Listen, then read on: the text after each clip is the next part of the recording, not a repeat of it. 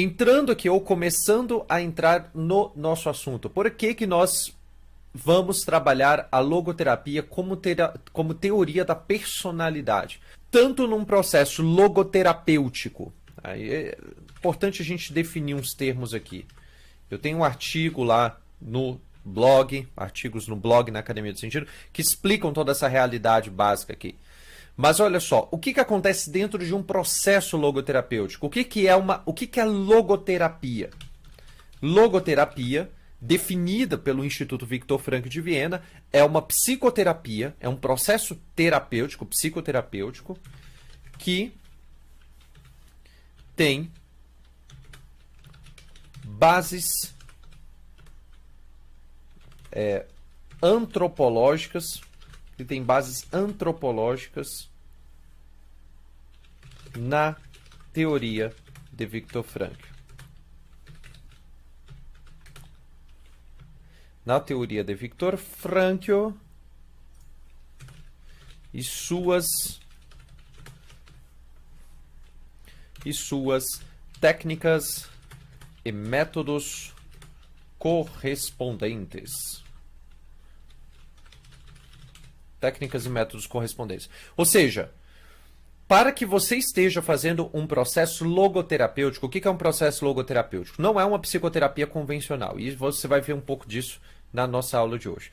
Então é um processo psicoterapêutico, primeiro de tudo, tem bases antropológicas, tem bases. Então você precisa entender de ser humano, você precisa entender de antropologia humana, e não qualquer antropologia, bases antropológicas na teoria de Viktor Frankl, ou seja, você precisa dominar a antropologia criada por esse autor, por esse grande gênio chamado Viktor Frankl. E suas técnicas e métodos correspondentes. A logoterapia tem técnicas, a logoterapia tem métodos que são muito próprios dela. Tá? Então, você realiza um processo logoterapêutico quando você tem domínio disso daqui. Chamando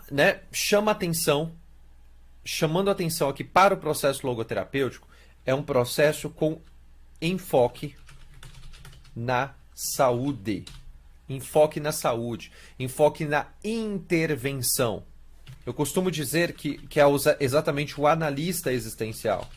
Para as pessoas que são completamente leigas nesse assunto, que são de outras áreas, por exemplo, entendem de terapia ou entendem de psicanálise, dessas coisas, eu costumo dizer que o analista existencial é para Frankl o que o psicanalista era para Freud. Sim, exatamente isso, o que o psicanalista era para Freud. Tanto é que uma das primeiras explicações que eu vi num curso que eu fiz no Brasil, 120 horas, Faculdade Católica do Mato Grosso, uma das primeiras explicações que eu vi foi de uma professora chamada Heloísa Marino, onde ela explicava especificamente como que se dava esse processo de análise, dentro da psicanálise, né? Ou seja, você pega a psique humana e você vai analisar toda a psique humana, mais ou menos como acontece numa análise gramatical. Você fragmenta em partes, estuda cada uma dessas partes, e ela explicava exatamente a respeito da análise existencial, como sendo exatamente o correspondente frankliano daquilo que Freud idealizou dentro da psicanálise. Porém, obviamente, no perspectiva logoterapêutica, a análise existencial ela tem uma pegada muito e muito mais profunda do que aquilo que Freud tinha pensado. Freud se limitou ao domínio da esfera entre corpo e mente. Frankl ele vai além e ele abarca toda a dimensão do espírito humano. Então, o que o analista existencial faz? O que é a análise existencial? É aquilo que, na maior parte dos países europeus e norte-americanos, nós chamamos de counseling. Counseling. Aquilo que é chamado pelo Instituto Viktor Frankl de counseling logoterapêutico. Sim, meu povo, sim, isso daqui é uma profissão, o analista existencial é uma profissão, uma carreira reconhecida pelo Instituto Viktor Frankl de Viena, né, que é a maior autoridade do mundo quando o assunto é logoterapia. O analista existencial, esse termo, é um termo que é mais usado na América Latina, é mais comum você encontrar tanto nos Estados Unidos, Canadá e Europa, o termo counseling logoterapêutico. Mas aqui na América Latina nós costumamos usar esse termo analista existencial por conta do autor latino-americano peruano o Guillermo Pareja Herrera. Luiz Guillermo Pareja Herrera, tá? Então, analista existencial. O que o analista existencial faz? Então, ele é um counselor. Tá? Então, vou até colocar aqui para fazer uma boa simetria entre aquilo que está lá em cima. É um counselor que tem, ou melhor, é um counseling, para seguir a risco que está ali, é um counseling que tem bases, aqui eu botei acento, não tem acento aqui, tem bases antropológicas na teoria de Viktor Frankl. Portanto, nós estamos falando, o analista existencial ele tem fundamentos antropológicos também na teoria de Viktor Frankl e técnicas para ajudar pessoas a superarem problemas filosóficos da vida. Como assim, Thiago? Problemas filosóficos? Falta de sentido na vida, crise existencial, angústia.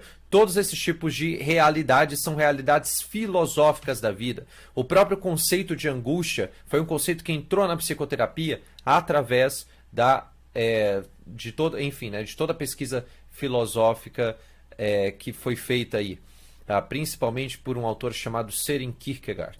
Então é isso, tá? Isso aqui só para a gente poder alinhar. Primeira coisa que nós precisamos entender quando nós estudamos personalidade.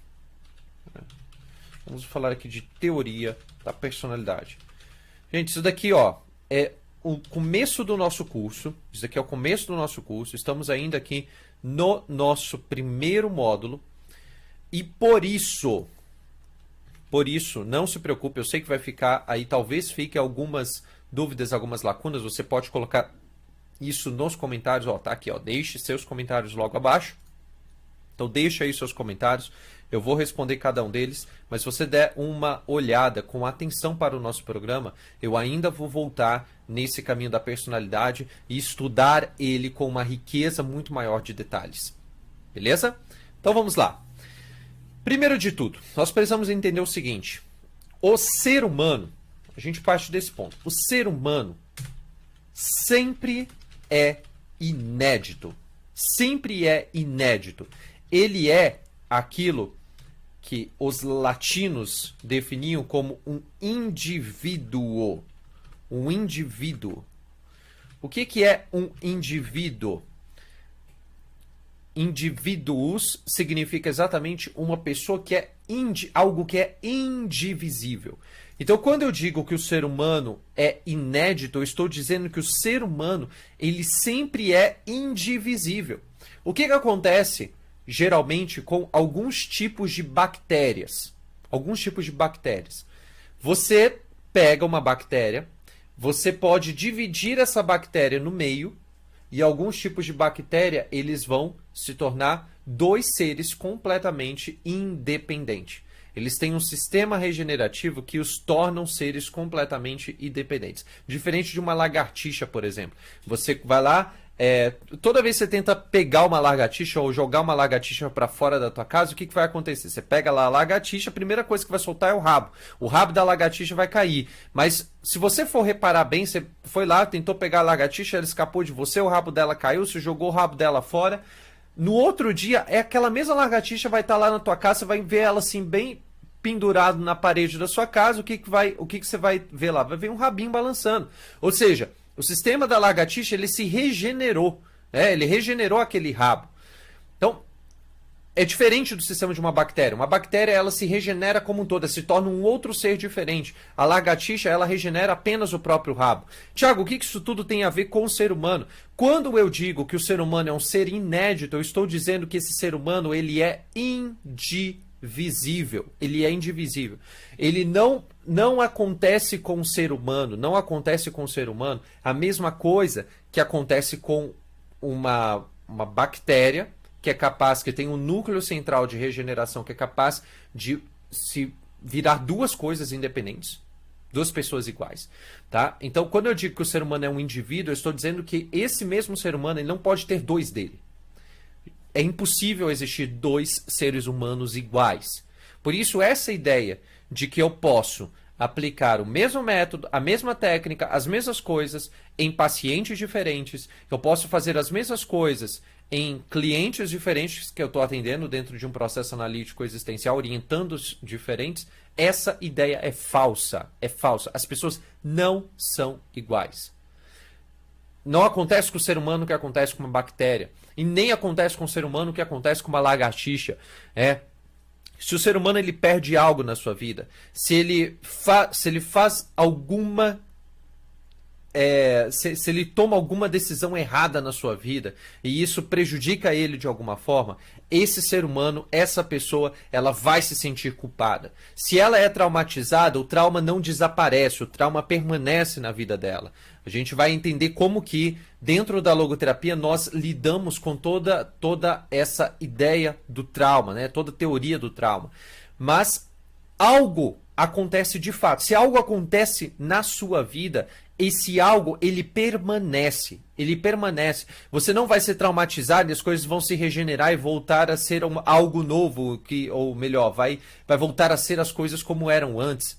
Se você fez alguma cagada na sua vida, você vai se sentir culpado e aquele erro ele vai permanecer. Você, por mais que você tente reparar esse erro, o fato está ali, ele faz parte da sua história, ele faz parte da sua biografia.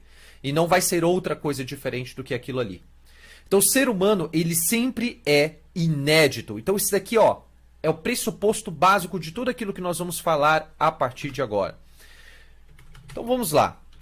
Apesar desse ser humano ele ser inédito, ele ser um indivíduo, esse mesmo ser humano, ele tem traços genéticos. Apesar dele ter traços genéticos muito semelhantes como a outra pessoa, você pega, por exemplo, irmãos gêmeos. Gêmeos, eles têm traços genéticos semelhantes. Semelhantes. Claro que não são iguais, mas têm traços genéticos muito semelhantes.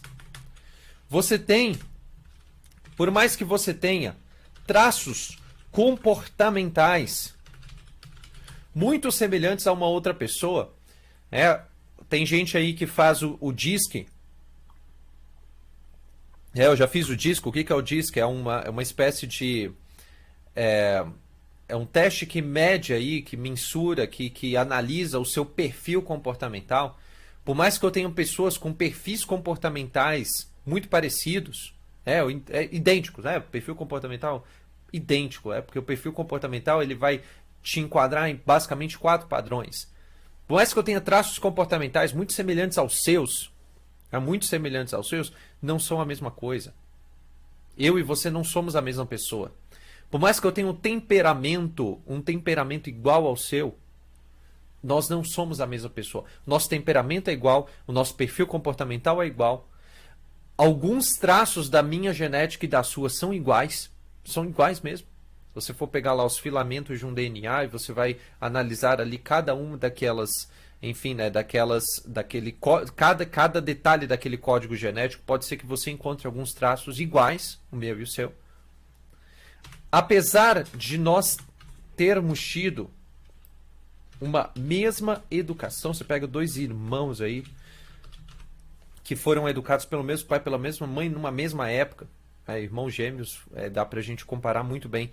Ainda assim, mesmo a mesma educação, a mesma criação, ainda assim eu e você não somos iguais.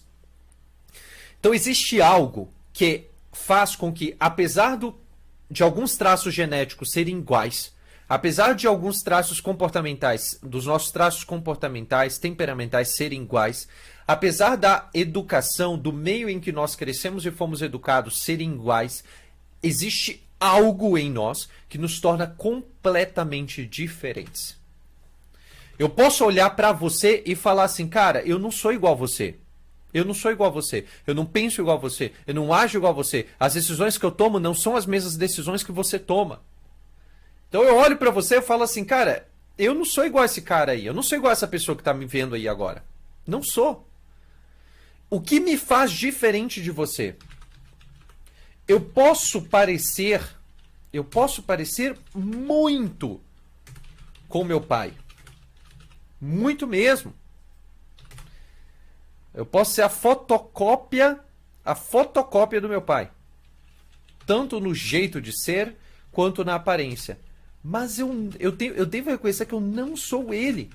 Eu não sou ele.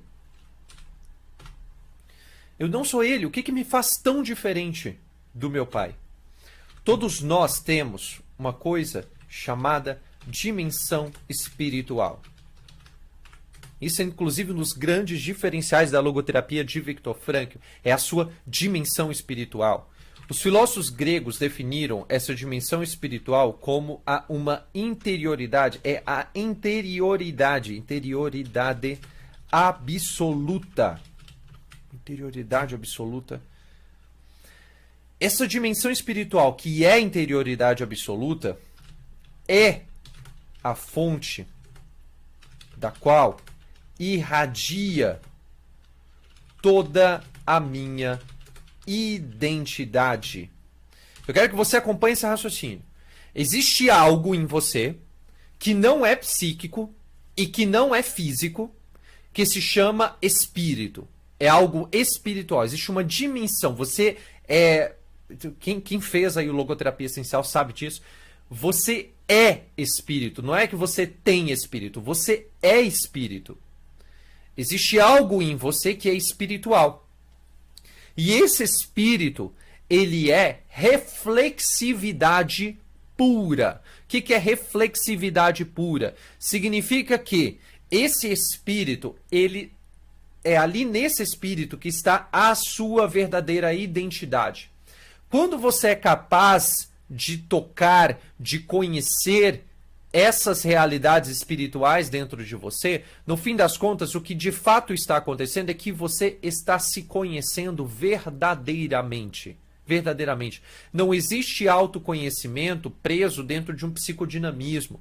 Não existe um autoconhecimento onde eu só trabalho com elementos psicológicos e elementos físicos. Eu preciso trabalhar com elementos espirituais para que aconteça um autoconhecimento verdadeiro. Verdadeiro.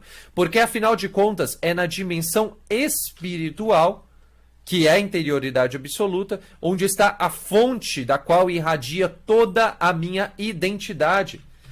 Então, por mais que nós tenhamos algumas teorias psicológicas, por exemplo, que acreditem que a identidade humana ela não se encontra no espírito, ela esteja na psique humana, eu estou já dizendo para você de cara, no início desse curso, que a sua identidade, ela não está na sua psique. Ela não está por inteiro dentro da sua psique.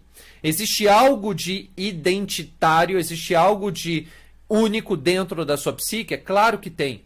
Mas a sua identidade, o coração, a raiz da sua identidade, ela não pertence à sua psique. A raiz da sua identidade pertence ao seu espírito. Então, o que nós podemos dizer a respeito disso? Tiago, beleza, mas como que essa minha identidade ela se manifesta? E é claro que ela se manifesta. A sua identidade manifesta. A sua identidade, melhor, manifesta não, se manifesta. A identidade se manifesta através da personalidade. Personalidade. Olha só. Aqui a gente já começa a entender um pouco melhor essa realidade aqui que eu estou falando para você. Onde que está a sua essência, a sua natureza, a sua identidade? Ela está no seu espírito. No seu espírito, na interioridade absoluta. Tiago, é possível tocar essa interioridade absoluta? É claro que é possível, é possível. E quem fez isso muito bem ao longo da história? Os grandes místicos. Os grandes místicos foram pessoas que tocaram elementos altos dessa interioridade absoluta. Mas olha só, quando nós falamos de identidade, essa identidade ela se externaliza de alguma forma através de um mecanismo psicológico que nós chamamos de personalidade. O que é a personalidade? Eu gosto muito da definição de personalidade como máscara. Máscara, é exatamente isso. Existe um mito que diz aí, que vai falar sobre, que vai explicar a respeito da persona. O que é a persona? Dizem que eram grandes artistas que encenavam aí nas praças romanas, e esses artistas, eles usavam máscaras. A encenação era feita, era tipo assim, telenovela, né? As pessoas iam até a praça pública e para assistir essas personas que usavam máscaras, se fantasiavam, interpretavam ali um personagem, faziam as pessoas rirem, faziam as pessoas chorarem, e assim vai.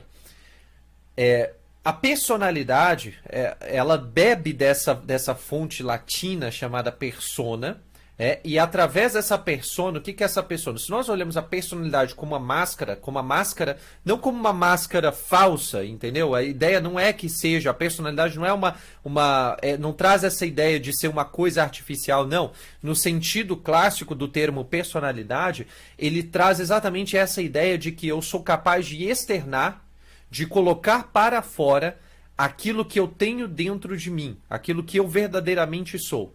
Então eu represento para as pessoas, eu sou uma espécie de espelho que reflete aquilo que eu mostro para as pessoas através desse espelho, aquilo que eu tenho dentro de mim. Então a identidade, ela se manifesta através da sua personalidade.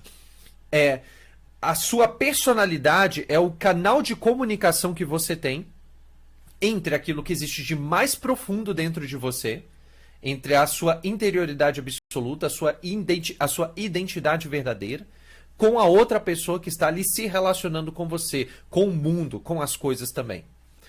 Então a personalidade é esse elo de ligação entre quem realmente você é e o mundo. Entenda isso. Personalidade é o intermediário entre a sua interioridade absoluta, aquilo que você é, e o mundo. Gente, tudo isso daqui que nós estamos fazendo aqui é toda uma digressão histórica, filosófica, ou seja, eu estou pegando aqui elementos filosóficos, tradicionais, e apresentando aqui para você, só para poder fundar aqui as bases a respeito daquilo que nós vamos falar de personalidade em logoterapia logo mais. Nós poderíamos dizer, portanto, que personalidade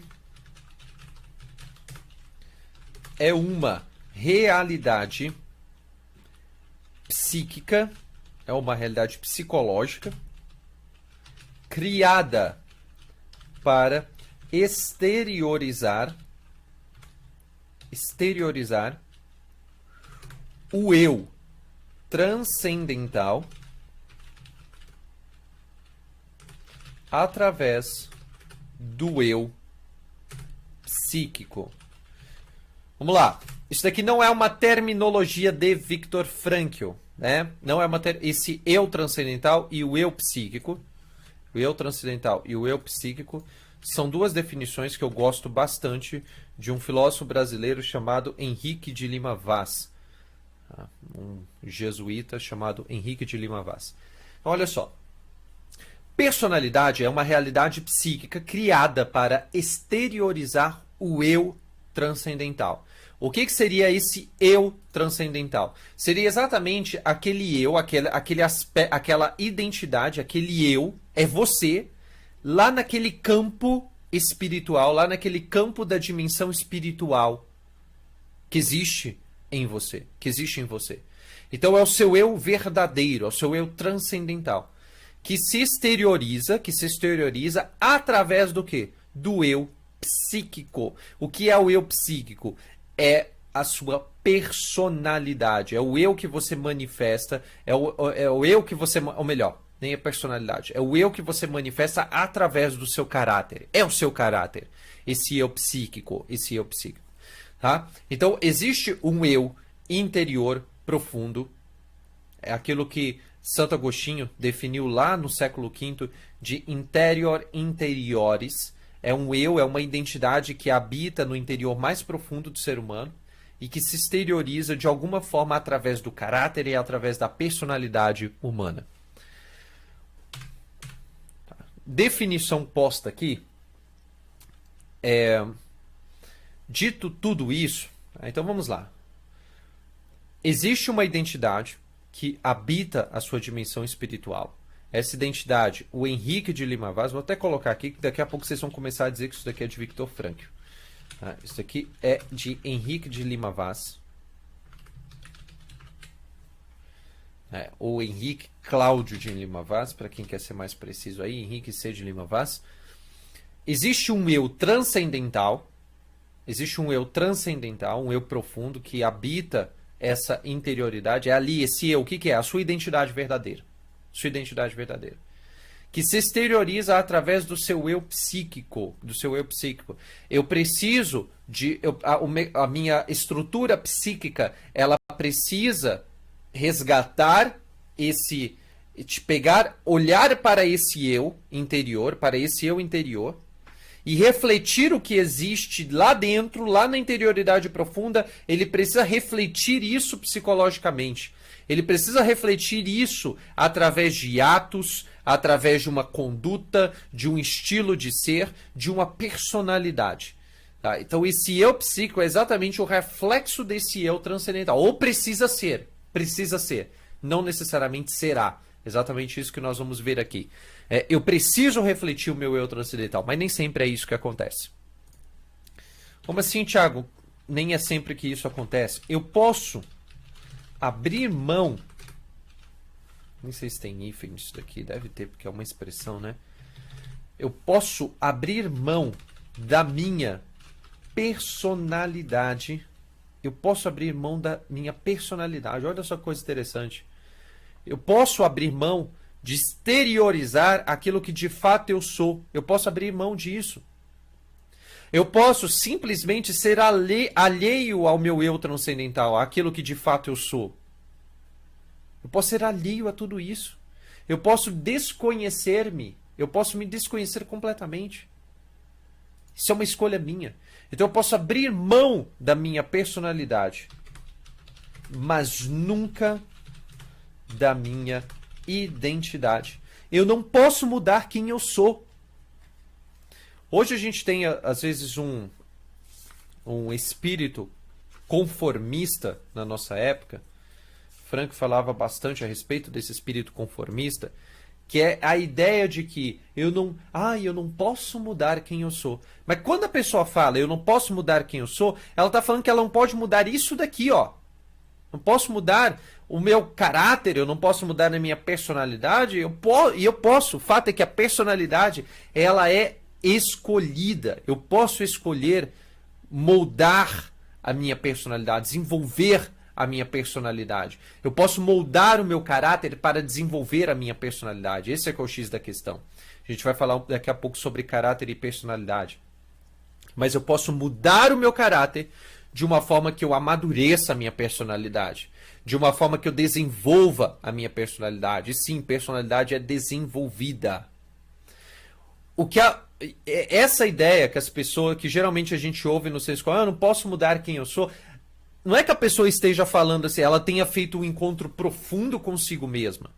Não é que essa pessoa que está falando isso, ela tenha conhecido as nuances mais profundas daquilo que existe na sua interioridade, como os grandes místicos fizeram, né? Como Eckhart Tolle fez, como uma Teresa d'Ávila fez, como um monge, né? Sei lá, oriental talvez tenha feito, né? Que ele fez, talvez, né? Com certeza deve ter feito alguém aí.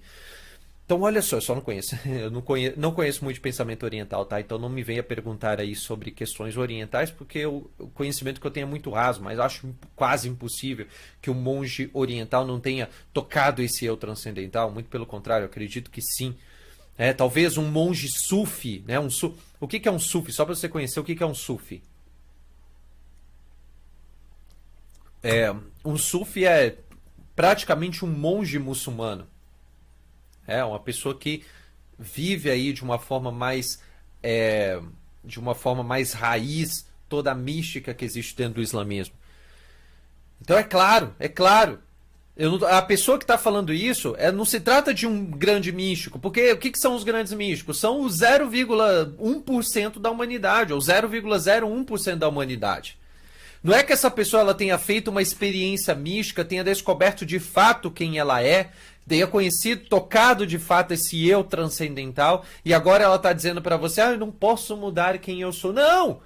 Ela se conhece muito pouco, ela conhece o seu, no máximo, o seu eu psíquico, no máximo. Ela tem algumas características dela, ela tem um caráter, esse caráter ele foi construído de uma certa forma e ela não quer moldar esse caráter para amadurecer a sua personalidade. Na maior parte, 99,9% das vezes vai ser isso. Quando uma pessoa diz para você que ela não pode mudar quem ela está dizendo que ela não tem compromisso e força de vontade para plasmar, para transformar completamente o seu caráter. Eu posso abrir mão da minha personalidade, eu posso abrir mão. Quando eu não me comprometo em mudar o meu caráter, eu posso abrir mão da minha personalidade. Eu posso abrir mão de que minha personalidade ela seja o reflexo da minha verdadeira identidade. Mas eu jamais posso abolir a minha identidade, eu jamais posso mudar quem de fato eu sou. É interessante que Frankl, ele fala sobre isso, ele fala muito sobre isso. Ele fala sobre o fenômeno de massa, né? O fenômeno das massas, fenômeno de massa. O que ele fala, né? Frankl ele vai dizer o seguinte: o que é esse fenômeno de massa? O fenômeno de massa é a soma, ele define assim, a soma de seres despersonalizados. Você pega um monte de sujeito que se despersonalizou, que não plasmou seu caráter, que não desenvolveu a sua personalidade, isso é o fenômeno de massa. A soma de seres despersonalizados. Se você pega, por exemplo, essa obra aqui do Viktor Frankl, O Sofrimento Humano, na realidade é uma junção de 3 obras aqui, né? Se pega, por exemplo, na página 204, vamos aqui à página 204, O Sofrimento Humano, de Viktor Frankl. O que ele vai dizer aqui? Ele vai dizer o seguinte, ele está falando aqui um pouco a respeito sobre essa despersonalização. Ele vai dizer, na despersonalização, eu vivo assim como se eu não estivesse no mundo. Ou como se não fosse o meu eu que é no mundo. Aqui, Viktor Frankl, ele usa uma terminologia que é muito própria do existencialismo. Principalmente do existencialismo de um filósofo alemão chamado Martin Heidegger. Vou até anotar aqui. A ideia aqui dessas nossas aulas é que eu consiga ser preciso aqui com você. Então, Martin Heidegger. O que acontece? Esse sujeito aqui, quando Viktor Frankl ele fala que na despersonalização eu vivo assim como se eu não estivesse no mundo, ou como se não fosse o meu eu que é no mundo.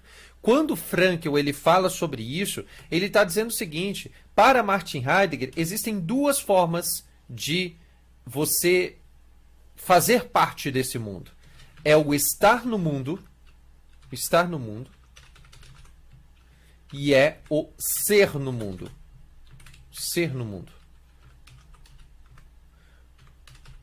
O que é o estar no mundo? Estar no mundo é o que uma pedra faz.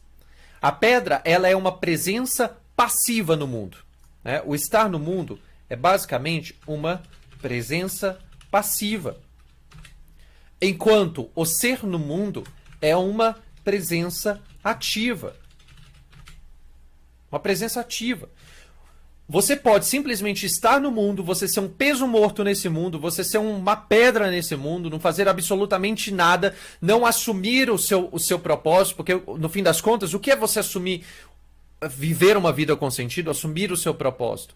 É basicamente você olhar para a sua identidade, ver realmente quem você é, tudo aquilo de bom que existe dentro de você, forjar a partir disso, a partir desse olhar para a sua identidade, a sua personalidade, e fazer com que essa personalidade ela haja nesse mundo. Inclusive, você só consegue forjar uma personalidade forte, saudável, madura, quando você está constantemente agindo sobre esse mundo,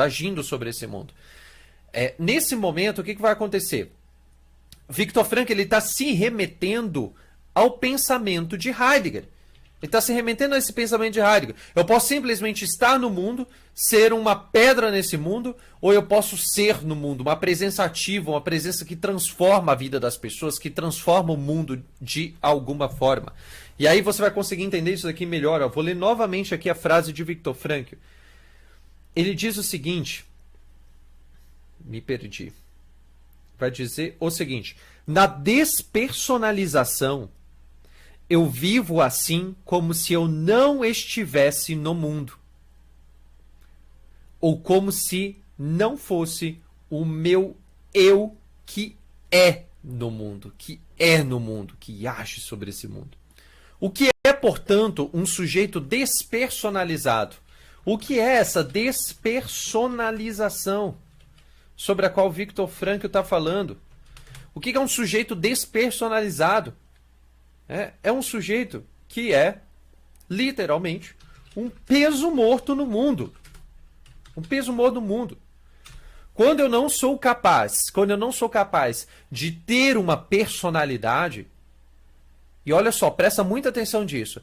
Não é que uma pessoa ela que é imatura, uma pessoa que não age no mundo e tudo mais, não é que essa pessoa tem uma personalidade diferente. Não, ela não tem personalidade. Entenda isso de uma vez. Não é que uma pessoa que não age sobre esse mundo, que não vive o seu propósito, que não é uma pessoa que luta, que consegue assumir as suas responsabilidades, não é que essa pessoa tem uma personalidade diferente. Essa pessoa, ela pode ter uma personalidade fraca, ou seja, um conhecimento muito raquítico da sua identidade, ou essa pessoa nem tem personalidade. É isso. Esse é o ponto. Esse é o X da questão. Existem pessoas que são despersonalizadas. Elas não conseguem agir sobre o mundo. E aqui, exatamente aquilo que Frankl vai chamar de fenômeno de massa. É uma soma de um monte de gente despersonalizada caminhando aí no mundo. Se juntando aí, o que foi o nazismo? Um monte de gente despersonalizada, agindo, fenômeno de massa. O que é historicamente o comunismo? É um fenômeno de massa. É aquilo que, como diria aí o Antônio Gramsci, falando aí, parafraseando o comunismo, mas serve para o comunismo, serve para o fascismo, serve para o nazismo. Qual é a definição que Gramsci dá? Ele chama de idiotas úteis. O que são os idiotas úteis? São essas pessoas aqui, seres despersonalizados, que servem apenas como massa de manobra, como boi de piranha, para colocar em pauta ou em execução alguns projetos de outras pessoas que são de fato as pessoas que manobram esses seres despersonalizados aqui. Isso é um ser despersonalizado. É assim que surgem os fenômenos de massa. Surgem como idiotas úteis. Eu falei de boi de piranha, não sei se você sabe, mas quem é da roça aí... bem que não é toda a roça que tem piranha, né? Mas às vezes você precisava passar... eu lembro, meu avô teve fazenda durante muito tempo e ele tinha gado. E aí o que acontece? Sempre tem, né, em fazenda, vira e mexe tem em fazenda, um córrego, um rio, alguma coisa aqui onde o gado ele vai beber água. Às vezes tem um rio que divide uma fazenda e aí você tem um pasto de um lado, então os bois eles precisam atravessar aquele pasto, aquele rio para poder chegar no pasto. E em alguns lugares tem piranha. O que acontece? Você sempre tem um boi ali mais fraquinho, mais raquíticozinho, mais doentinho, que você manda na frente. Então você precisa passar muito com uma boiada para lá, né, para o outro lado, e você manda aquele boi mais fraquinho, mais doentinho para frente. Esse boi, o que vai acontecer com ele? As piranhas vão avançar em cima desse. Faz um corte, né, na perna do boi, para ajudar as piranhas a sentirem, né, o sangue ali. Elas começam a atacar aquele boi lá. Enquanto as piranhas estão atacando aquele boi, os outros bois eles vão passando tranquilamente pelo rio. É o boi de piranha, né? Então, esses fenômenos de massas, eles pegam esses seres despersonalizados e usam esses seres como bois de piranha. Então, o que nós temos aqui? Aquilo que Lima Vaz vai chamar de eu psíquico, olha só, o que é o eu psíquico do Levinas, do Henrique de Lima Vaz? É aquilo que dentro da logoterapia, aqui nós já entramos, nesse momento a gente entra propriamente na definição dos conceitos da logoterapia. Tá? Na logoterapia, nós chamamos esse eu psíquico de caráter. Esse é o caráter. O que é o caráter? É uma realidade psíquica. Caráter é uma realidade psíquica em nós. Na logoterapia nós chamamos de caráter. Aquilo que Lima Vaz vai chamar de eu transcendental é aquilo que dentro da logoterapia nós vamos chamar de pessoa. É a pessoa. Pessoa dentro da logoterapia é um conceito. É um conceito. Não é... por exemplo, você vai falar assim, tanto faz chamar ser humano, pessoa, não sei o quê. Não, quando nós falamos de pessoa aqui, nós estamos falando de um conceito. É um conceito espiritual. Então, quando eu falo do eu transcendental, o que é o eu transcendental? Aquela pessoa aquilo que você de fato é. Onde está aquele lugar onde está a sua identidade absoluta. Ali, aquela zona lá, aquele eu transcendental, nós chamamos de pessoa dentro da logoterapia, que é uma realidade espiritual. Beleza? Então, olha só. Aqui nós abandonamos, até esse momento da nossa jornada, nós fizemos aí uma digressão histórico-filosófica. Quem nos ajudou nesse processo foi Henrique de Lima Vaz. Recomendo aí as duas obras de antropologia dele. Tenho até aqui, que é exatamente esses dois livros aqui. Antropologia Filosófica, tá? Se você quiser se aprofundar. Não é uma leitura fácil. Não é uma leitura fácil, mas quem disse que precisa ser, né? Se você quiser se desafiar, vai lá. Antropologia Filosófica. Até esse caminho, nós tivemos a contribuição de pensadores, de filósofos, e Lima Vaz veio conosco aqui nessa definição de eu psíquico e transcendental. Nessa jornada, nós deixamos Lima Vaz para cá e nós prosseguimos na nossa jornada especificamente com Viktor Frankl e Elizabeth Lucas. Tá? Elizabeth Lucas. Então, eu vou citar aqui algumas... vou fazer aqui algumas citações e, durante essas citações, eu indico a obra em questão. Beleza? Então, vamos lá. Primeira coisa. Vamos caminhar nesse limiar entre caráter e pessoa. Aí, a partir daí, a gente vai estudar e vai trabalhar com a personalidade humana. O que acontece? Quando nós falamos de caráter, nós precisamos admitir que o caráter foi criado. Todas as vezes que nós falarmos de caráter, nós estamos falando sobre algo que foi criado. Não é algo que você escolheu, não é algo que você montou, que você construiu. Ele simplesmente foi criado e não foi criado por você. Especificamente não foi criado por você. O caráter foi criado. Quando nós falamos de pessoa, estamos dizendo que a pessoa é uma existência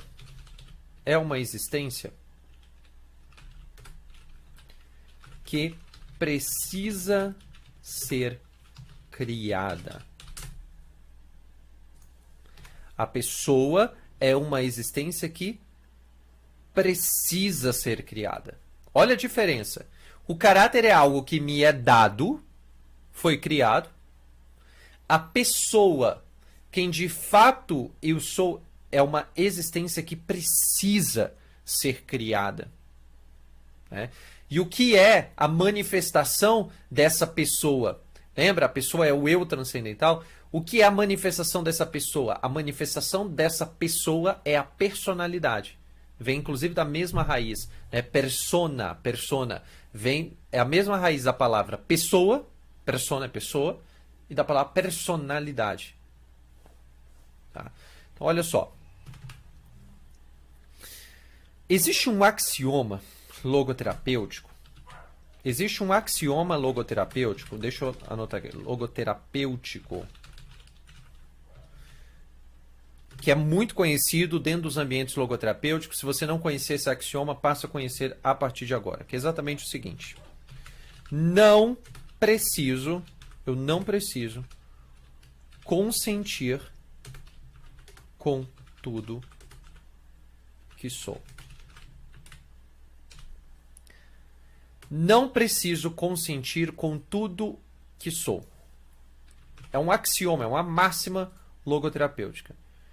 Não é porque eu fui educado para ser uma pessoa que mente que eu preciso mentir. Não é porque no meu sistema de valores eu aprendi que roubar é algo justo, porque afinal de contas eu nasci numa realidade socialmente ruim e dentro dessa realidade eu não tive os mesmos privilégios que a outra pessoa que nasceu num bairro chique, num bairro nobre tem. Então é justo que eu vá lá roubar. Isso é uma palhaçada. Isso não existe. Isso não existe. Isso não existe. Eu não preciso consentir com tudo que sou. Eu não preciso consentir com tudo que sou. É um axioma logoterapêutico que está dizendo o seguinte para você. Você escolhe quem você será. Você pode escolher, você tem condições de escolher. E você é responsável pelas escolhas ruins que você fez. E que faz todos os dias. Você é totalmente responsável, você não pode terceirizar essa culpa. Essa culpa é sua, é sua.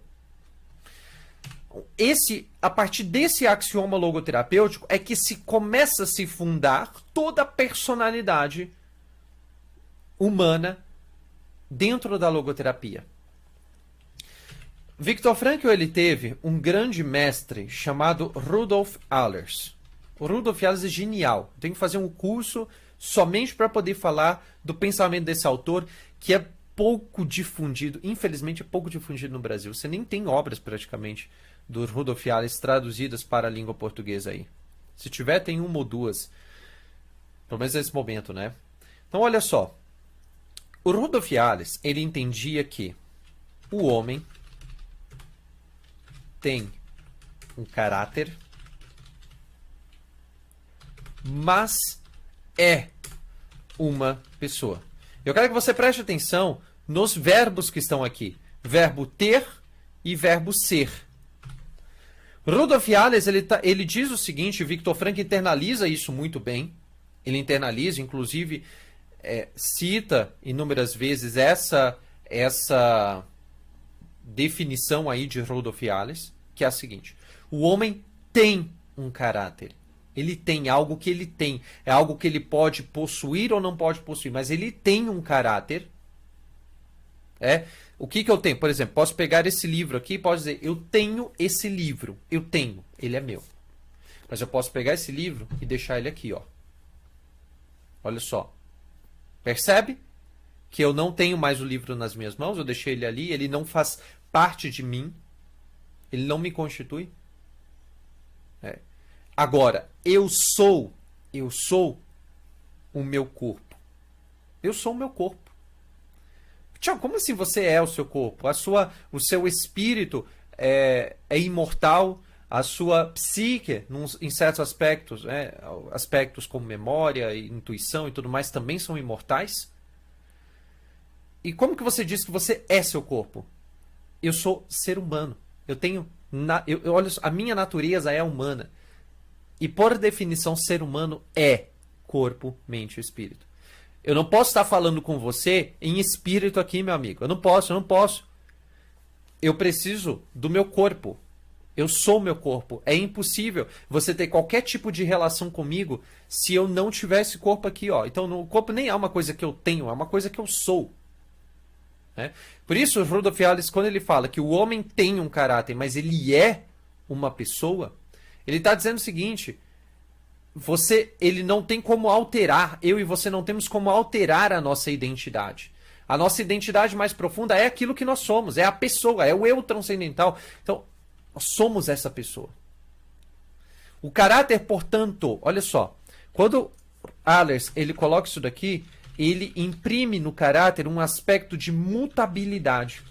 Eu posso mutar, o caráter ele é mutável. Quando ele diz que eu sou uma pessoa, ele está trazendo em contrapartida para a pessoa um caráter de imutabilidade. Lembra, eu e você somos inéditos, eu e você somos pessoas únicas.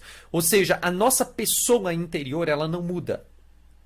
Nós não mudamos como pessoa, nós mudamos o nosso caráter, mas nós não mudamos a nossa pessoa. Entenderam? Tudo certo até aqui? Então, vamos lá. Ilustrando isso daqui. Se você pega gêmeos, vou falar sobre gêmeos aqui. Você percebe nitidamente que gêmeos, eles tendem a ter a mesma predisposição genética. Uma tendência que existe em gêmeos. Tem uma mesma predisposição genética. E eles foram criados, os gêmeos, no geral, eles são criados na mesma condição ambiental. Mesmo ambiente. A galera que estuda aí análise experimental do comportamento ou teorias comportamentais falam bastante sobre o ambiente, né? O ambiente como o elemento condicionante, ou muitas vezes até, dependendo da teoria, determinante daquilo que a pessoa será. Mas o fato é que gêmeos têm a mesma predisposição genética e têm a mesma condição ambiental. Agora eu te pergunto o seguinte, será que todos os gêmeos são iguais? Será que são a mesma pessoa? Será que tanto faz você ficar com um, ficar com outro? Ah, tem dois, são dois iguais, figurinha repetida. Será que eu posso descartar um e ficar só com o outro, que vai ser a mesma coisa, vai dar na mesma? E é claro que não, né, gente? Qualquer ser humano em sã consciência sabe que apesar desses gêmeos terem essas predisposições genéticas e condições ambientais, eles são pessoas diferentes. São pessoas diferentes. E aqui você sabe o que nos falta? Nos falta aqui metafísica. Nos falta entender de metafísica. Quando eu digo que o espírito humano, a interioridade absoluta, e que dentro desse espírito humano, nesse espírito humano, está a minha verdadeira identidade, eu preciso, para defender essa ideia, eu preciso de metafísica. O que você acha que Viktor Frankl fez nessa obra aqui, ó? Inclusive, recomendo, Sofrimento Humano. Gente, Sofrimento Humano é livro de filosofia. Filosofia. É o pensamento filosófico de Frankl destrinchado e aplicado em vários tópicos aqui para a realidade do atendimento das pessoas, para a realidade terapêutica. Como que eu pego tudo aquilo que a filosofia trouxe e eu vejo isso num a um da pessoa que eu estou atendendo. Então, nos falta metafísica. Como pessoa, os gêmeos são completamente diferentes. Eles podem até ter um caráter. Como que se forma um caráter? Por predisposição genética, por condição ambiental. Sim, se forma o caráter de uma pessoa. Então eu posso ter um caráter muito parecido, predisposições genéticas as mesmas e condições as mesmas das condições ambientais. E eu ter pessoas completamente diferentes. Porque pessoas são únicas e irrepetíveis. Únicas e irrepetíveis. Inclusive, esse é um termo que você vai usar bastante, né? Nós somos seres únicos e irrepetíveis. Mas vamos fazer o seguinte, para deixar isso daqui claro, eu sei que eu estou falando aqui, citando autores, trazendo exemplos e fazendo uma série de outras coisas, mas para deixar uma coisa sistemática, bem organizadinha para você, vamos comparar o caráter. Vamos comparar o caráter com a personalidade. Vamos fazer isso agora? Olha só. Comecemos aqui pelo caráter. Quando nós falamos de caráter, nós estamos falando sobre o quê? Primeira característica do caráter. Nós podemos dizer que o caráter é a soma dos atributos. Eu preferi usar o termo atributos do que o termo qualidades. mas com a devida explicação você também pode usar esse termo qualidades. Quando a gente, no senso comum, nós costumamos usar esse termo chamado qualidade como sendo algo bom, é uma característica positiva numa pessoa. Ah, fulano de tal tem tais qualidades e fulano de tal tem tais defeitos. A gente não tá eu não estou falando aqui para você de características boas. Tá? Quando eu falo de qualidades, eu estou falando de algo que qualifica aquela pessoa, que descreve aquela pessoa. Então, por isso eu preferi usar o termo aqui atributos. É a soma dos atributos, mas você pode usar qualidades também, desde que você entenda nesse sentido. Então, qualidades podem ser qualidades positivas ou negativas, não importa, porque são atributos. É a soma dos atributos inatos e adquiridos de uma pessoa.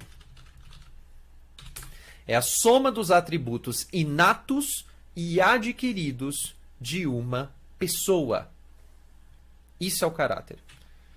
Mas isso é uma parte do que é o caráter. Eu pego todos os atributos que a pessoa nasceu com ela, ou seja, são características genéticas, e tudo aquilo que ela adquiriu. Como que a pessoa adquire alguns atributos? Através da educação, da criação que essa pessoa teve. B. Ixi, o computador aqui gosta de botar esse ponto sem minha autorização, né? Mas tá bom, vamos lá. B. Outra característica do caráter, pertencimento involuntário. Pertencimento involuntário. Como assim, Thiago? Você é enquadrado pelo caráter, você é enquadrado dentro de alguns grupos. Por exemplo, nacionalidade. O seu caráter, ele é, de uma certa maneira, condicionado pelo país que você nasceu. Com certeza você teria um caráter completamente diferente se você tivesse nascido na Alemanha, ou se você tivesse nascido na Austrália, sei lá. Então, acontece aqui, o meu caráter, ele acaba tendo uma característica de grupo. Então, se eu nasci nesse país, se eu nasci no Brasil, então eu tenho traços no meu caráter que são compartilhados. Isso foi uma coisa involuntária, eu nasci nesse país, fui criado, né, minha cultura se desenvolveu nesse país. Então algumas coisas se cristalizam em formato de caráter. Etnia. Uma pessoa indígena, por exemplo. Traços do caráter dela são... o caráter dela é forjado também pela etnia que ela teve, que ela nasceu. Existe toda uma herança histórica, cultural, que existe por trás da etnia daquela pessoa. E assim por diante. Vamos estender aqui, acho que já deu para entender. Então, pertencimento involuntário é uma característica do caráter. Uma terceira característica inclina as pessoas a um tipo de conduta. Inclina as pessoas a um tipo de conduta. Basicamente, posso dizer que condiciona. Olha só. Pertencimento involuntário. Agora estou dizendo que o caráter, ele inclina, ele condiciona as pessoas a um tipo de conduta. É aquela pessoa que nasceu e cresceu aprendendo que roubar é justo.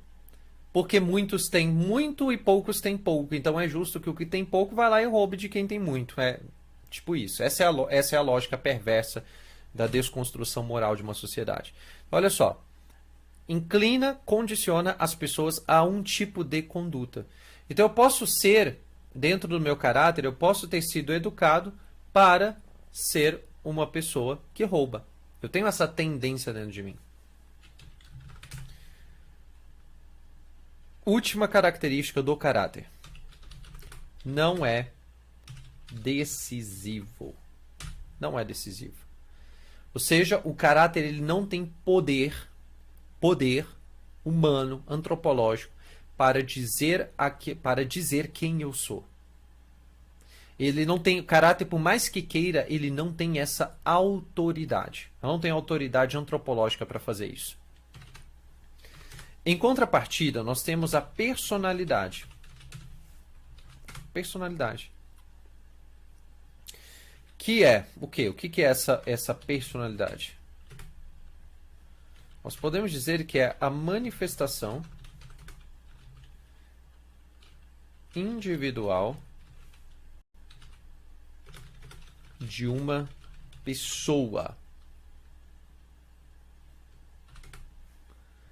A manifestação individual de uma pessoa. E lembra o que nós falamos?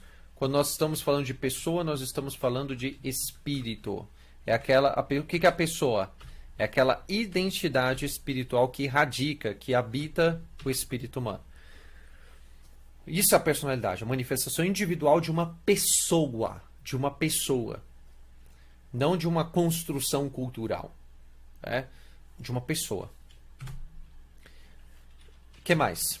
Nós podemos dizer que a personalidade é a correspondência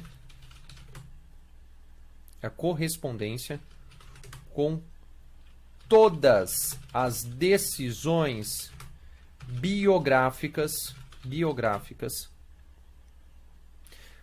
uma pessoa. E aí, voltamos aqui de uma pessoa. A personalidade, a manifestação individual de uma pessoa,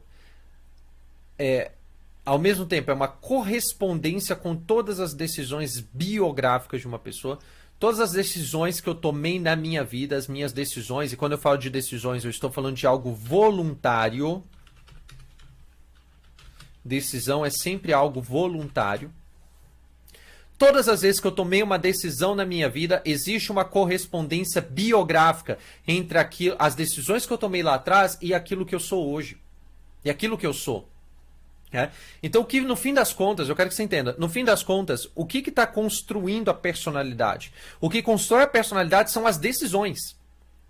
As decisões é de fato aquilo que constrói a minha personalidade. É aquilo que determina a minha personalidade.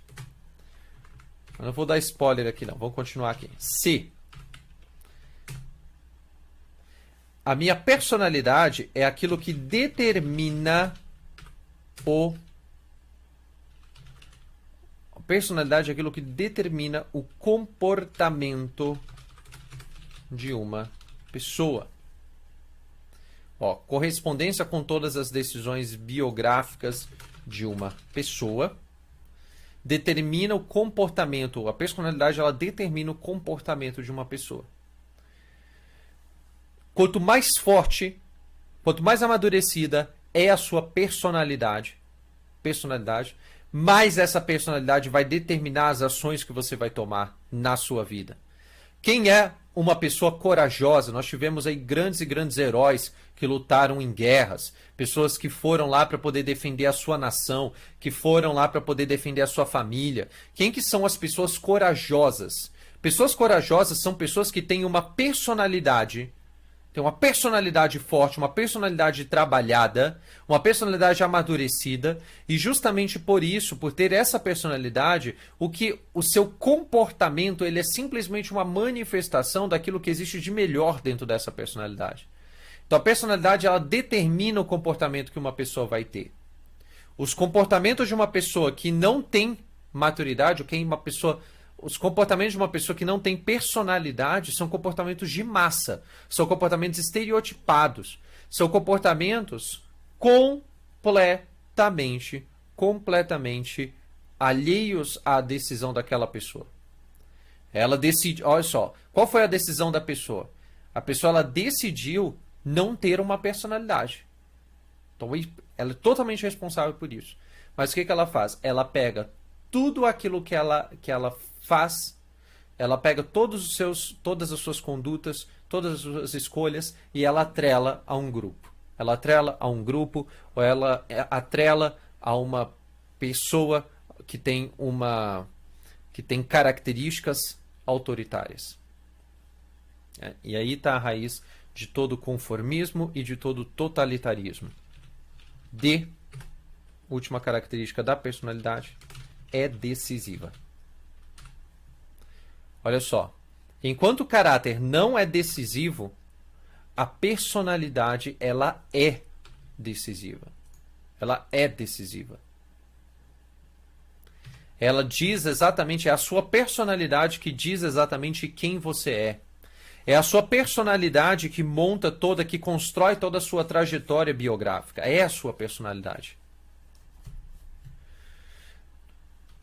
Tiago, se eu digo que na personalidade humana, a personalidade ela é decisiva, ou seja, eu posso me construir, eu posso ser uma tarefa para mim mesmo, o que no fim das contas eu estou dizendo? Eu estou me remetendo àqueles pilares da logoterapia. E um dos pilares diz exatamente que o ser humano é livre. O ser humano é livre. Por isso, por ser livre, ele pode afastar-se de seus condicionamentos. Ele pode afastar-se de seus condicionamentos. Eu fui condicionado na minha vida a ser uma pessoa. Eu nasci num contexto pobre e eu fui condicionado na minha vida a pensar como pobre. Aí você vai lá e lê qual é o nome daquele livro lá, Pai Rico, Pai Pobre. Eu li Pai Rico, Pai Pobre, eu começo a pensar de uma forma diferente. Eu convivo com outras pessoas que são ricas e eu começo a pensar diferente. Ou seja, eu posso mudar, eu posso afastar-me dos meus condicionamentos e começar a pensar de uma outra forma. Isso é muito, cara, isso acontece muito e muito e muito. Em todos os momentos da vida de uma boa parte das pessoas.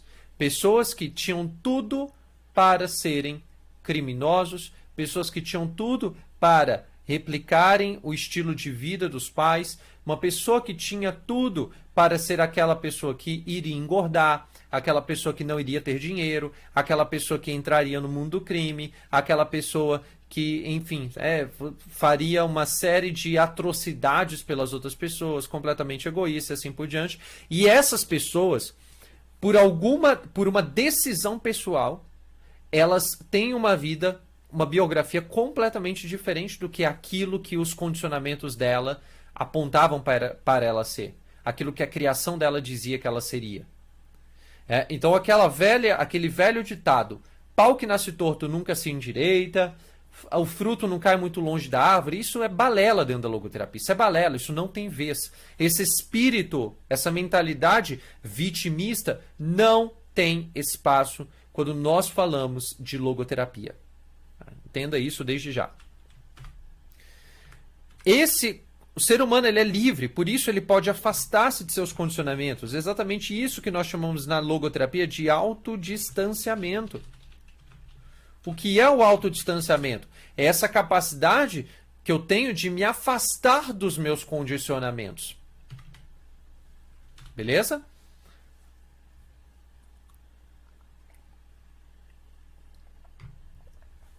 Tudo bem, Thiago, mas o que isso vai me ajudar? O que isso vai me ajudar no atendimento de uma pessoa? Talvez você esteja se perguntando, tá, Thiago, beleza, mas para que isso tudo serve dentro de um processo logoterapêutico, dentro de um processo analítico existencial? Qual é a finalidade de tudo isso? E aqui existe uma relação vital entre tudo isso que a gente está falando aqui até agora, entre tudo isso daqui, ó, que nós estamos falando aqui, e o processo analítico existencial, e o processo logoterapêutico. E você vai entender isso a partir de agora. Show. Gosto de colocar essas perguntas aqui em negrito. Acho que fica bom. Olha só. Primeiro ponto de partida. Nada que é espiritual adoece. Vou responder essa pergunta. O que isso vai me ajudar no atendimento de uma pessoa? Primeiro de tudo, entenda que nada que é espiritual adoece.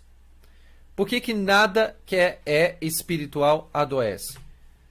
Primeiramente, uma coisa que é espiritual é algo que não depende... A totalidade dessa coisa que é espiritual, ela não depende da matéria. Então ela não pode ser corroída pela matéria, corroída pelo tempo. Por exemplo, o nosso corpo ele é corroído pelo tempo. A nossa psique, ela é corroída pelo tempo, ela se desgasta. A gente vai perdendo a memória, por exemplo. Então existe algo no nosso corpo, existe um corpo que vai se limitando com o passar dos anos, existe uma psique que vai se limitando com o passar dos anos, mas quando nós falamos de espírito, o espírito ele tem a mesma vitalidade que tinha. A pessoa está com 80 anos, ele tem o mesmo espírito, a mesma vitalidade que ele tinha aos 15 anos. Se brincar, e é para ser assim, até maior. A vitalidade espiritual de uma pessoa é igual vinho. Quanto mais velha a pessoa, melhor deve ser a qualidade espiritual dessa pessoa. Então, com o passar do tempo, esse espírito, você precisa fazer um processo biográfico, uma história de vida. Com o passar dos anos, eu preciso ir tateando quem realmente eu sou, me conectando com aquela pessoa, com aquela identidade mais profunda dentro de mim. Entende que você consegue fazer isso tende a fazer isso de uma forma muito melhor aos 40 do que aos 15 anos de idade? Onde existe toda uma série de processos que você ainda não viveu, de experiências que você ainda não viveu. Existe uma imaturidade ainda. Então, com o passar dos anos, você precisa ficar melhor. Então, o espírito ele não adoece, muito pelo contrário. Esse espírito ele melhora e se torna mais translúcido para a gente com o passar dos anos. Além disso, então a gente pode dizer o seguinte, que... Deixa eu até pegar um lápis aqui. Tem um lápis aqui. Acho que isso aqui é um lápis. Não. Acho que eu não vou ter um lápis aqui. Mas eu quero que você pense o seguinte. Olha só. Imagine nesse momento que a gente tem aqui uma pessoa doente. Como que nós vamos representar essa pessoa doente? Essa pessoa que está adoecida psicologicamente, tá? Então, uma pessoa doente psicologicamente. Eu quero que você imagine que isso daqui é a pessoa. Isso daqui é uma pessoa. Ela começa aqui e termina aqui. Deixa eu até reduzir um pouco disso daqui. Essa pessoa, ela tem uma boa parte da sua psique saudável. Então a gente pode dizer que daqui até aqui, melhor, deixa eu colocar daqui até aqui. Isso daqui é a parte saudável de uma pessoa. É a parte sã de uma pessoa. Aqui, o que está aqui nessa parte sã? É a parte sã da psique. Essa é a parte sã da psique. Deixa eu reduzir isso daqui.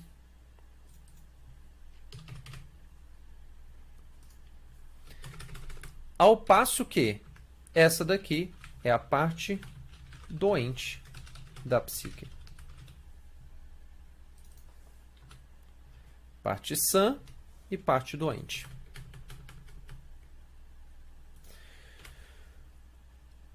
Aqui, se você pudesse pegar... É claro que aqui a gente não tá analisando o corpo, tá? Não vamos analisar o corpo aqui agora, nesse exemplo. E também não vou analisar só a psique aqui. Eu vou colocar o seguinte. Aliado a esse lado são da pessoa, você também tem toda uma dimensão humana. Nem estou avaliando se o corpo está saudável. Eu só estou avaliando... Se o corpo estiver saudável, melhor ainda. Mas eu nem estou avaliando o corpo ainda. Se eu sei que eu tenho sempre uma parte, toda uma dimensão chamada de dimensão espiritual. Eu tenho um espírito dentro de mim. E esse espírito, eu sei que esse espírito não adoece. E eu sei também, logoterapeuticamente falando, que eu posso mobilizar esse espírito para ajudar uma pessoa a superar uma doença. Ou a melhorar. Eu posso fazer isso. Quais seriam os dois caminhos que eu poderia usar? Eu poderia agir sobre a parte adoecida, não poderia? Adoecida. Deixa eu aumentar isso aqui. 45.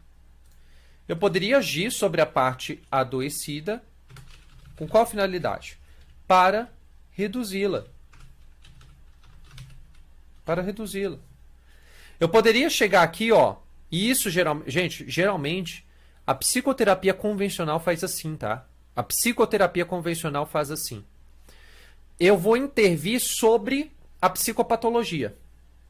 O foco é psicopatológico. Então eu vou trabalhar em cima da doença para que, trabalhando em cima da doença, eu consiga diminuir essa área aqui. Essa parte adoecida. Ou eu posso aumentar essa área saudável ao ponto de que eu vou reduzir a parte adoecida. Eu posso prolongar, eu posso estender essa parte saudável aqui. Eu posso estender essa parte saudável. Ela vai caminhando, ao ponto de que eu diminuo a parte adoecida de uma pessoa. Ah, Thiago, mas é a mesma coisa? É só uma questão de perspectiva. É só uma questão de perspectiva. Meu amigo, perspectiva muda tudo. É só uma questão de perspectiva, mas é uma questão vital. É uma questão que muda tudo. Numa perspectiva, eu tenho um acento patológico. Na outra perspectiva, eu tenho uma perspectiva naquilo que está são. Naquilo que é patológico, naquilo que é doente, e eu, num outro campo de visão, eu olho para aquilo que está bom, para aquilo que está são na pessoa. Dentro de um processo de atendimento, seja um processo logoterapêutico, ou mesmo um processo analítico existencial, essa realidade, essa perspectiva, ela muda tudo, ela muda o jogo. Ela muda a forma como eu vou ver as coisas. Por que que muda o jogo? Porque já está mais do que provado que um dos fatores primordiais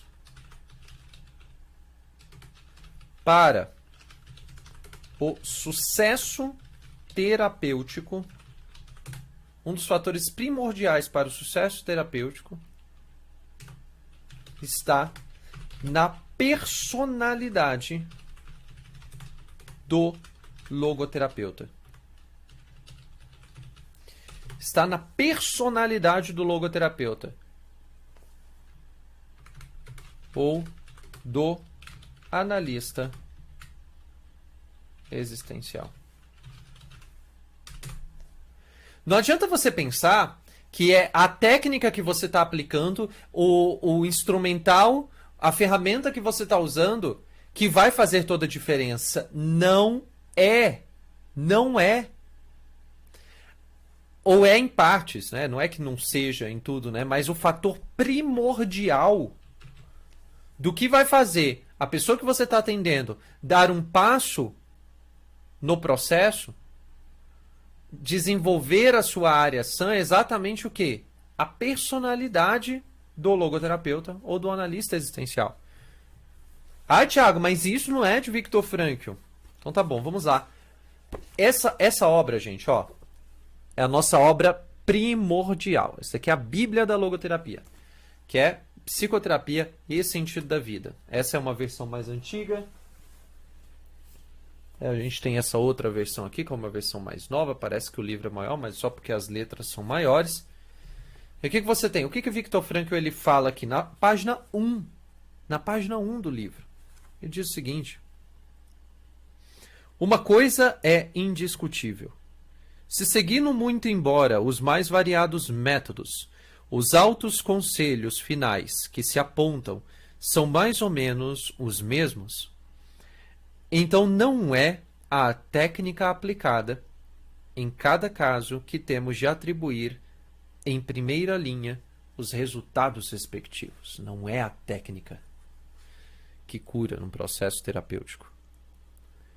E aí ele cita Franz Alexander, dizendo que Alexander sustentou uma vez esta afirmação. E aí ele cita em inglês aqui: em todas as formas de psicoterapia, a personalidade do terapeuta é ela o seu primeiro instrumento, um instrumento primário. Em todas as formas de terapia, é a personalidade do terapeuta o seu instrumento primário. Um dos fatores primordiais para o sucesso terapêutico, para o sucesso analítico, está na personalidade do logoterapeuta ou do analista existencial. Você precisa internalizar isso. Agora, se eu estou dizendo que a personalidade... Por isso você precisa ter uma personalidade amadurecida, tá? É vital, é primordial isso. Se é a personalidade do logoterapeuta e do analista existencial que tem um papel primordial, então sim, meu amigo e minha amiga. A perspectiva importa e importa muito.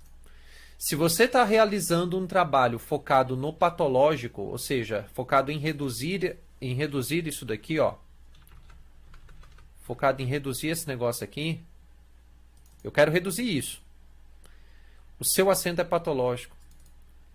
Isso vai fazer diferença no seu atendimento.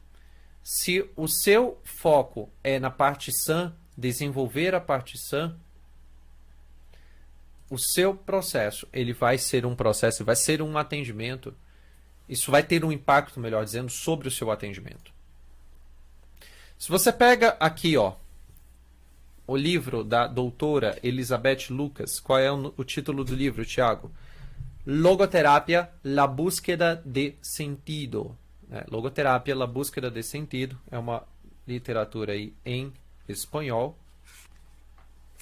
O que a doutora Elizabeth Lucas ela traz aqui no seu escrito na página 70? Ela diz o seguinte: se os terapeutas e, por extensão, as pessoas em quem confiamos, então não são só os terapeutas, são as pessoas em quem confiamos, aqui entram analistas existenciais, pessoas experientes, né, logo educadores, e pessoas em quem de fato nós confiamos mesmo, que são importantes na nossa vida.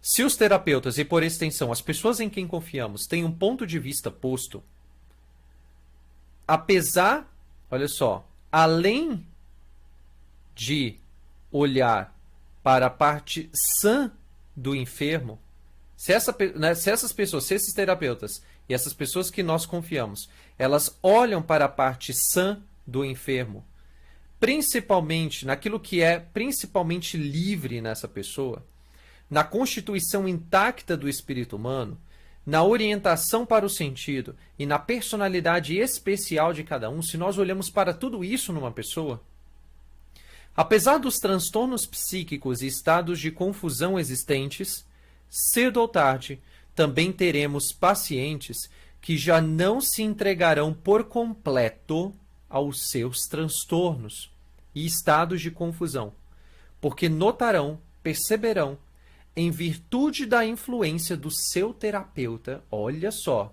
a personalidade do terapeuta aparecendo aqui, a personalidade do analista aparecendo aqui, em virtude da personalidade da pessoa que está atendendo, por influência dela, notarão que o ser humano, diferentemente de qualquer outro ser vivo, pode preferir algo que esteja para além de si mesmo, que a pessoa decide cada dia o que será no dia seguinte.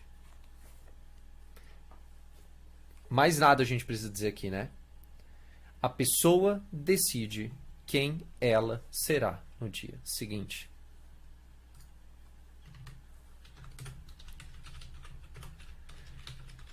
A gente tem até que colocar isso aqui, né? Quem ela será no dia seguinte. Essa é uma frase da doutora Elizabeth Lucas. Elizabeth Lucas.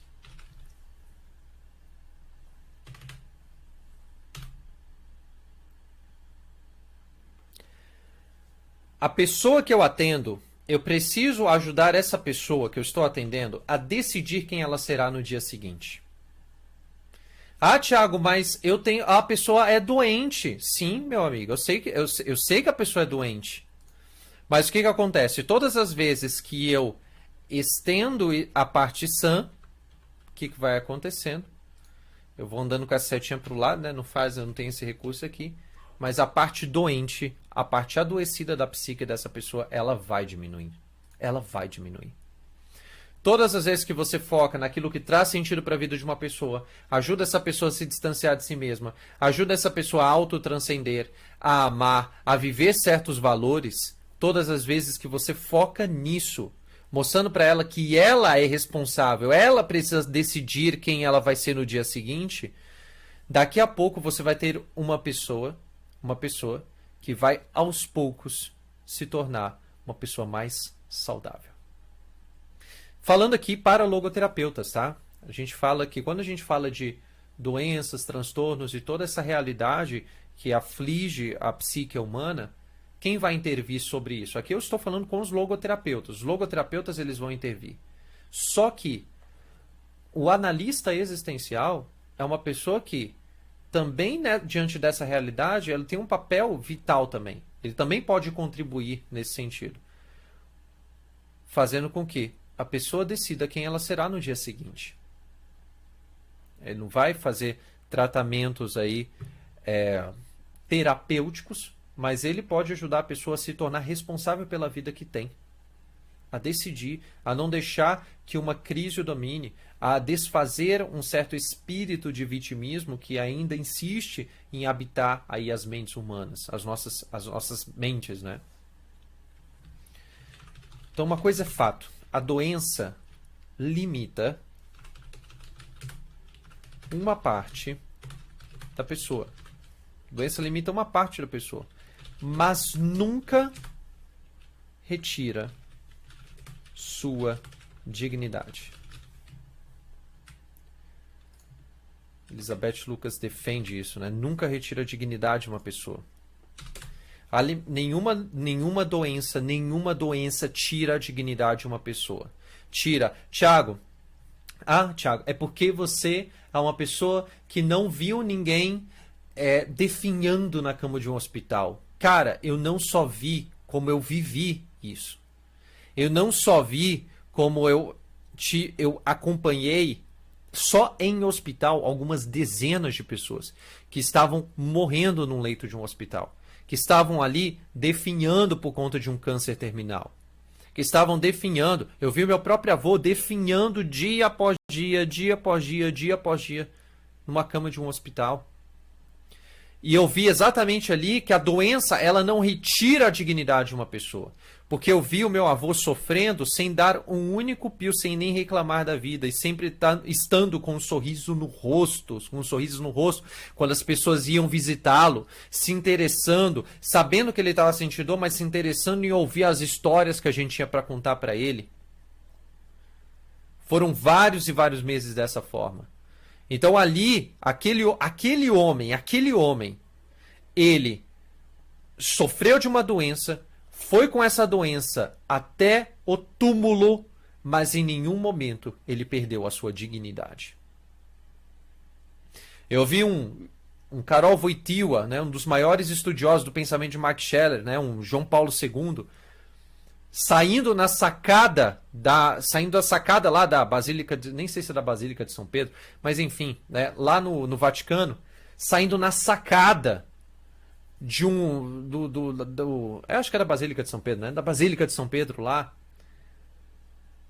tentando acenar, levantando, já doente, já muito idoso, doente, tentando levantar a mão, acenando para a multidão, dando a bênção para a multidão, mesmo sem conseguir, não conseguiu dar aquela bênção. Babando na frente das câmeras, gente. Era câmeras filmando ele, eram câmeras do mundo inteiro ali.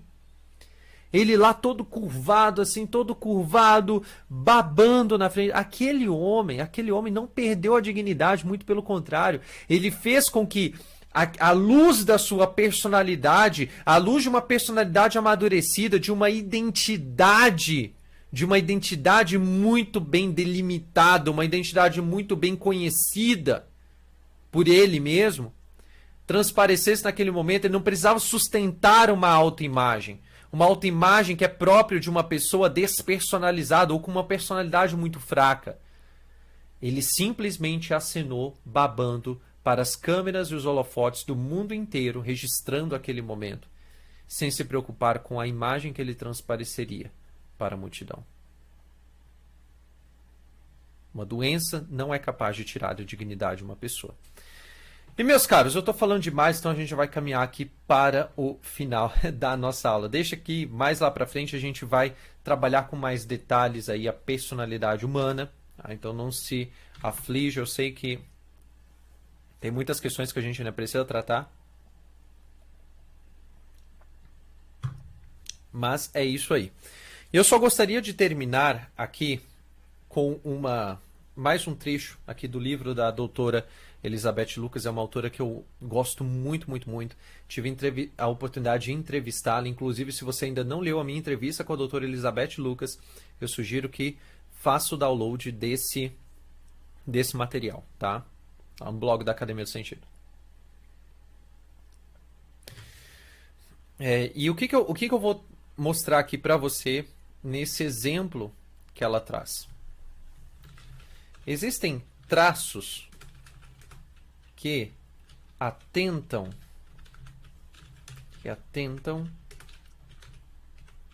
contra a verdade humana. Existem traços que atentam contra a verdade humana. Traços de quê? Traços de pensamento, né?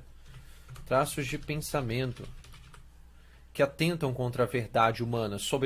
Como assim, Thiago, a verdade humana? Sobre aquilo que eu e você somos.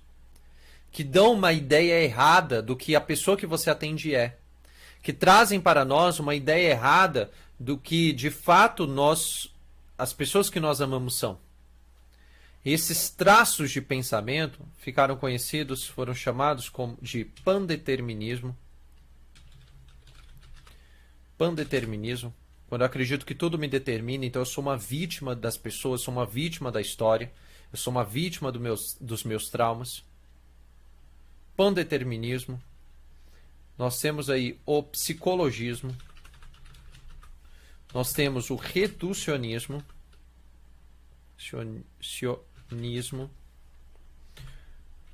E nós temos o coletivismo.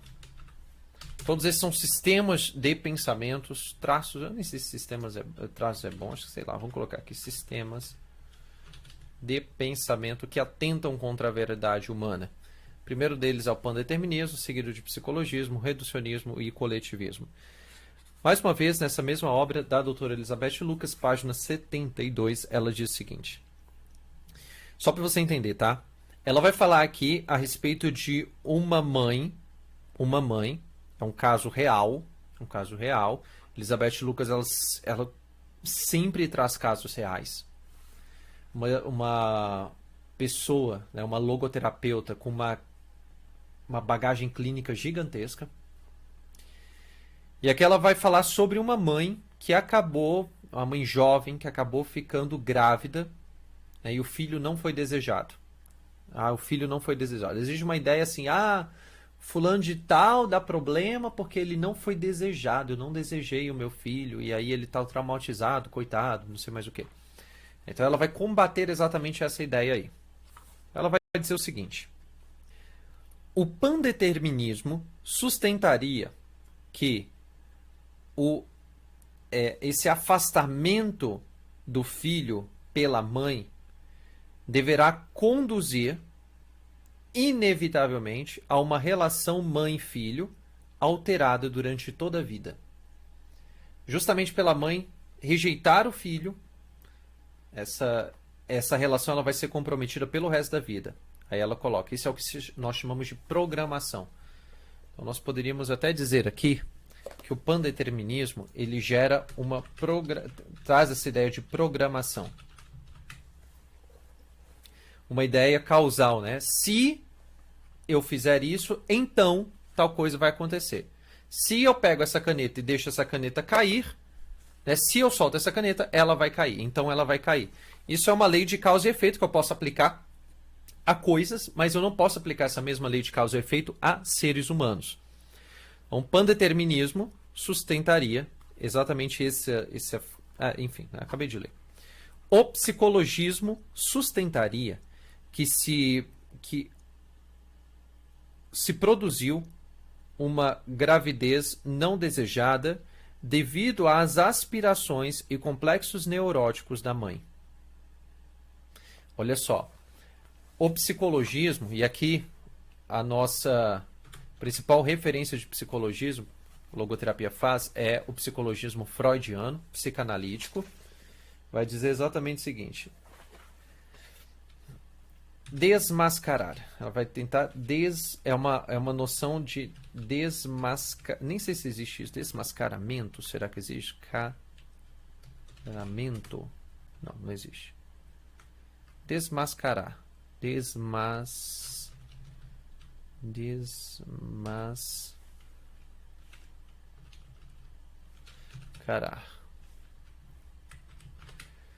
O psicologismo, então, ele vai buscar desmascarar.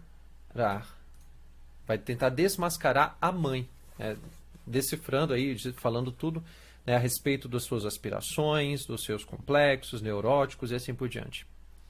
O reducionismo sustentaria que toda a ação educativa futura da mãe estará marcada pelo seu ódio inconsciente pelo seu filho. O que o reducionismo vai fazer aqui? Ele vai fazer aqui uma espécie de desvalorização.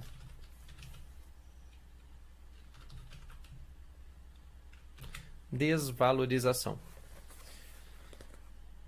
O que o coletivismo iria defender numa situação como essa? O coletivismo sustentaria que em sua vida futura o menino apresentará qualidades, características e modos de agir do típico filho não amado. O típico filho não amado. Classificação.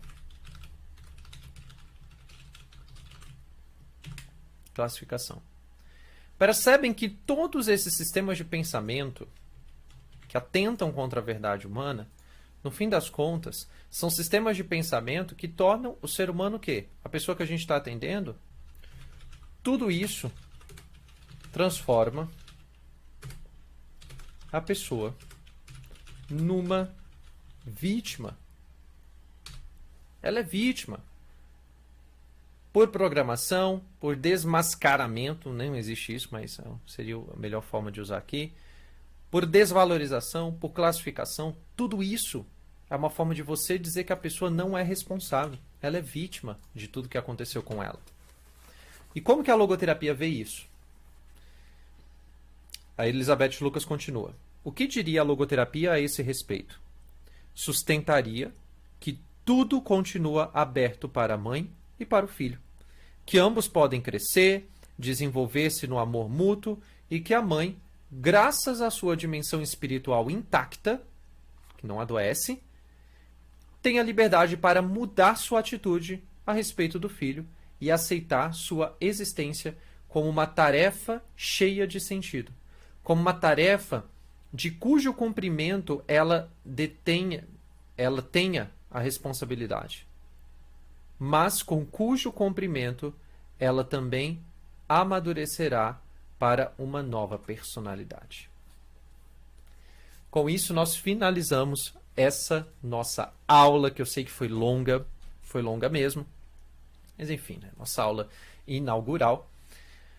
Tentarei, dependendo do assunto, eu acho que eu vou conseguir trabalhar de uma forma mais objetiva. Mas eu queria mesmo trabalhar uma aula com um pouquinho mais de cuidado aqui com você hoje, com essa riqueza de detalhes. Não prometo que todas as aulas serão objetivas, mas eu posso prometer para você que vai ter muito conteúdo bom, tá? Deu para perceber, né? Cara, não importa se essa mãe não desejou o filho dela? Frank não está nem aí para isso. A logoterapia não está nem aí para isso. Você não tem que estar nem aí para isso. No máximo, Thiago, mas está comprovado que gera um trauma. Primeiro, não está comprovado, tá? Não está comprovado. Em segundo lugar, mesmo que fosse, isso geraria o quê? Um condicionamento da pessoa. Mas jamais determinaria a vida dessa mãe e dessa filha e desse filho. Logoterapeuticamente falando, o que nós vamos fazer? Vamos entender que esse filho e essa mãe têm uma vida inteira pela frente. Pela frente. E olha só, ela pode mudar de opinião em relação ao filho, amar profundamente esse filho, criar e educar profundamente esse filho. E em contrapartida, ela vai fazer com que essa responsabilidade que ela, enquanto mãe, tem, se ela de fato assumir essa responsabilidade, ela vai desenvolver a sua personalidade, ela vai mudar as suas características, ela vai mudar o seu caráter e vai ter, como diria Elizabeth Lucas, uma nova personalidade, que é uma personalidade mais amadurecida. Tá bom, meu caro, minha cara?